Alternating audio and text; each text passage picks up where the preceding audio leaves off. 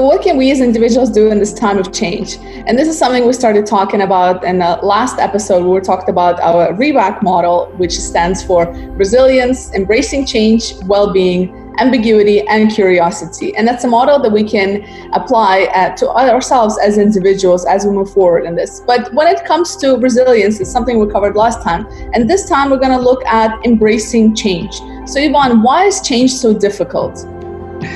Elena, when we talk about the brain and how the brain works effectively, in fact, resistance to change are dominated by two major attitudes. So from one side, we have biases, or how people take in, interpret, or remember information. It is as we tend to put all information into preset categories. The second point about the major attitudes is about creating shortcuts that our brain does, derived from assumptions and previous conclusions that with not enough information.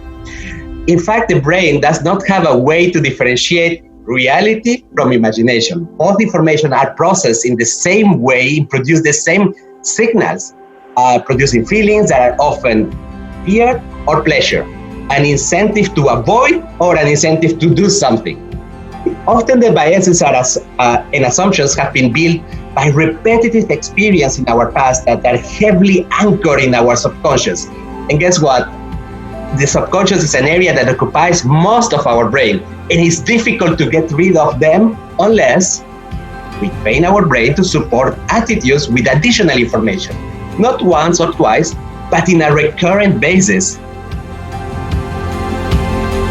Absolutely. And it's interesting because change is different for everybody. And for individuals like you and I think we deal with change quite well. And it's essentially that each of us need to look at it as a way to transform yourself, right? And change can actually transform your life in big ways.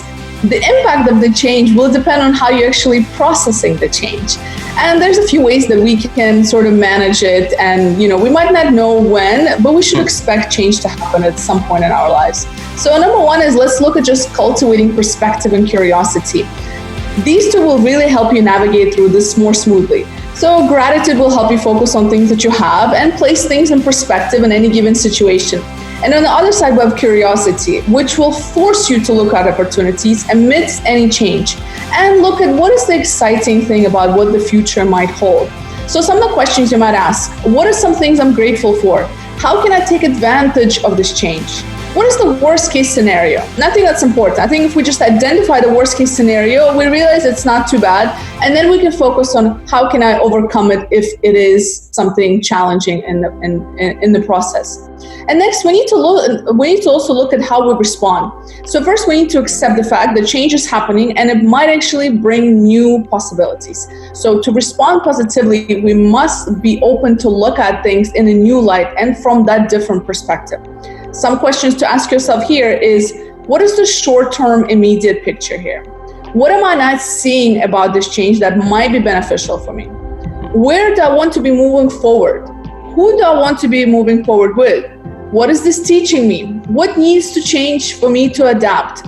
And these sort of questions. By exploring these, it will give you a good overall perspective on the situation and possible responses that can be implemented. And from here, you can work on your action plan to manage the change in a more positive way. And here's just the key is to start with those daily small actions that can lead to big results in the long term. I love what you say. Daily small actions in order to get rid any of our biases and any of our assumptions. This is great, Elena.